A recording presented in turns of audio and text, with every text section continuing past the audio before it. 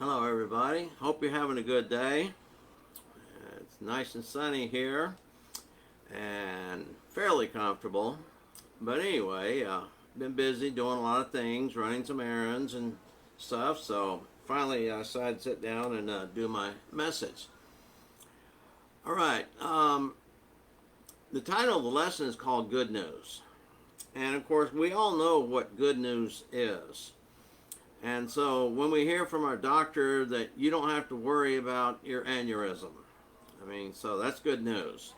Uh, you're informed from your kids that you're going to be a grandparent. That's good news. And it's usually something we can enjoy and rejoice about. That's what good news is, just letting us know something. It's good information. See, often we are so excited to get good news that we want to share that good news with others, and they can join us in our rejoicing. Maybe you were seeking a job and they called you up and said, you've got the job. That's good news. Or maybe you were waiting to hear the score of your team and you find out they won the game. Yeah, that's good news.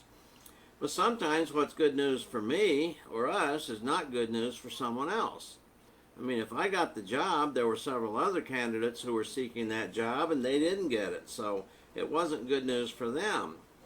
And of course, if my team won the ball game, that means the other team lost the ball game. And of course, them and their fans, they're not going to be too happy at this point in time. So their source of rejoicing is kind of taken away. So when we consider good news, it's handled differently at times, and many factors play into whether we rejoice or become sorrowful. A faithful Christian may die, and while their loss is sorrowful to us, we can also rejoice that they, being a good Christian, have gone on to their reward. And so we might even be a little envious of them because they've been there. Paul talked about there in Philippians 1:20 and verse 21. And so while some medical information is good news, that, okay, we checked and you don't have this or you don't have that, and that might be good news, but yet if you're still in pain and suffering for something, we still need to figure out what it is. And so they have to do more extensive tests. And so they might be suffering from something else. And so, yes, we still need the doctors to investigate other possible causes of our pain. Now, good news, that is actually the very best news for mankind, is the fact that Jesus Christ died on the cross for our sins. And he wants to be our Savior. Many years ago, a woman ate a piece of fruit and gave it to her husband to eat. You remember the story from Genesis chapter 3. With that action, sin entered the world. And sin, also called iniquities, is what separates us from God and having a relationship with God. He tells in Isaiah 59:2 that our iniquities have made a separation between us and our God. And so that's what sin is. And of course, we know everybody sins. Romans 3:23, all have sinned and fall short of the glory of God. And then, of course, Romans 6:23 tells the wages of sin is death. And so that's what's going to happen. That progression you can read about in James 1, around verse 14 through 16. So yes, we're enticed by our own lust, and then lust, when it conceives, brings forth sin, and sin brings forth death. All right, so this death comes about, why? Is because we have sin, and we're talking about spiritual death, not physical death. We're talking about spiritual death. And so this comes about because we sinned, and then, of course, the same action that Adam and Eve did brought about not only the spiritual death, but physical death as well. So since that time, yes, man lives and man dies. And we know it's going to happen because it's appointed for every man at least to die once. And then after that comes the judgment. When we get to Revelation, we read about the second death, which is the lake which burns with fire and brimstone that does not fade away. All right, so we need to find out what it takes for us to get in God's good graces again, to get to a point where, yes, we serve God and we can enjoy the salvation that He offers. So that is the information about that is very important. The Bible calls the message that brings salvation the good news, or that's actually, it means the word gospel is basically good words spoken, or good news spoken. And so, yes, the gospel comes and tells us.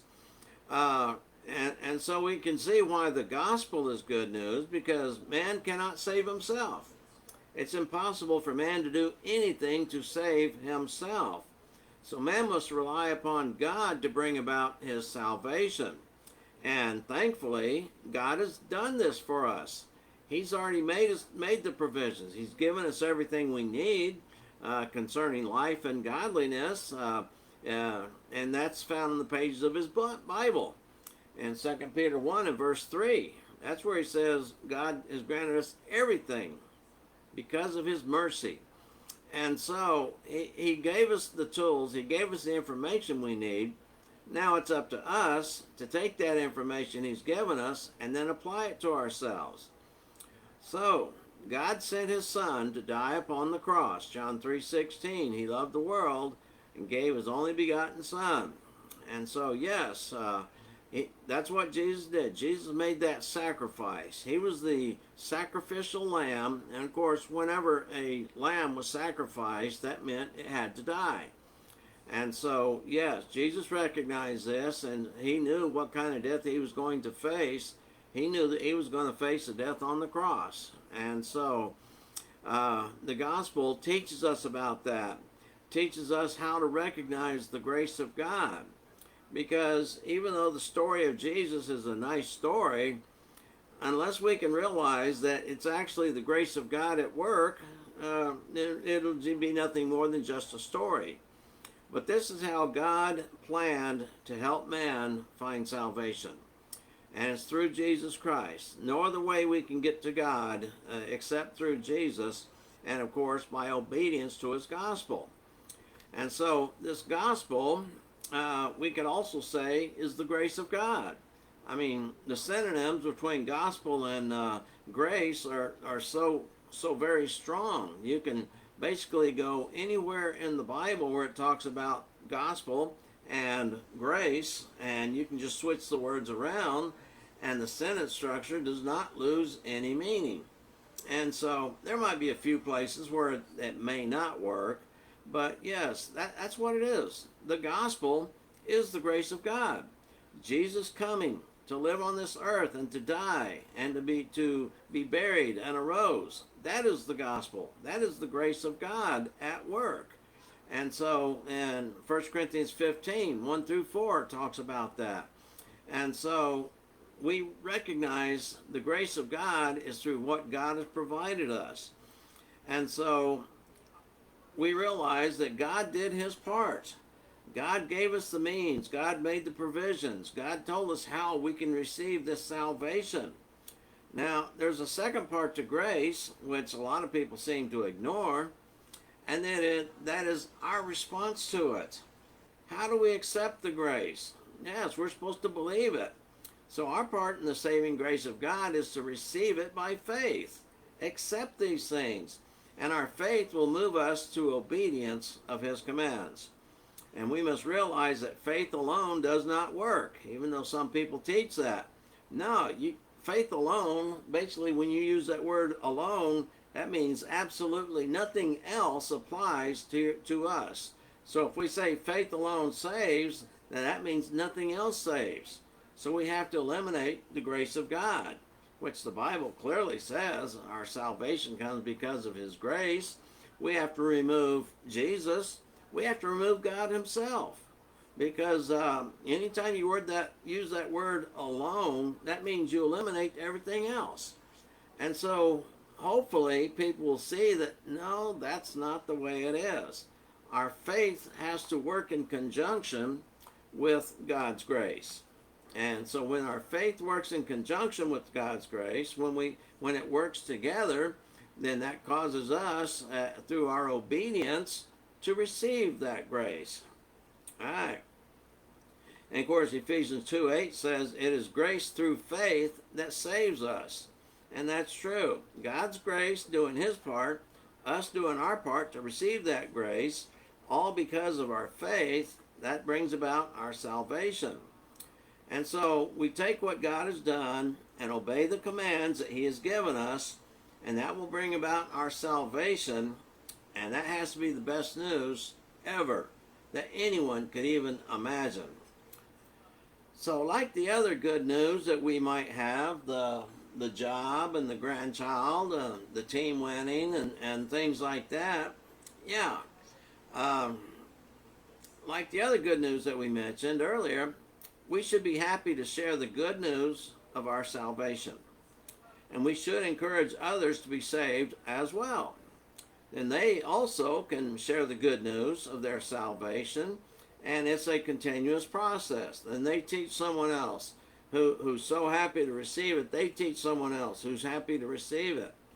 See, our duty as Christians is to share the good news and to proclaim the good news with whoever will hear. See, in the great persecution in Acts chapter 8, verse 4, because of persecution, they were scattered about, and it says, and they went everywhere preaching the word. So the message of the gospel was being proclaimed by everyone that was being scattered, and by those who were there locally. It was being projected and scattered to them. And then, of course, Paul, talking to Timothy, said, you know, the things you've heard and seen in me, commit thou to other men who can teach others also. So yes, the proclamation of the gospel is good news that people need to hear, and in order for them to hear it, someone's got to take it to them. Make it a determination in your mind that you're going to be that someone to do that.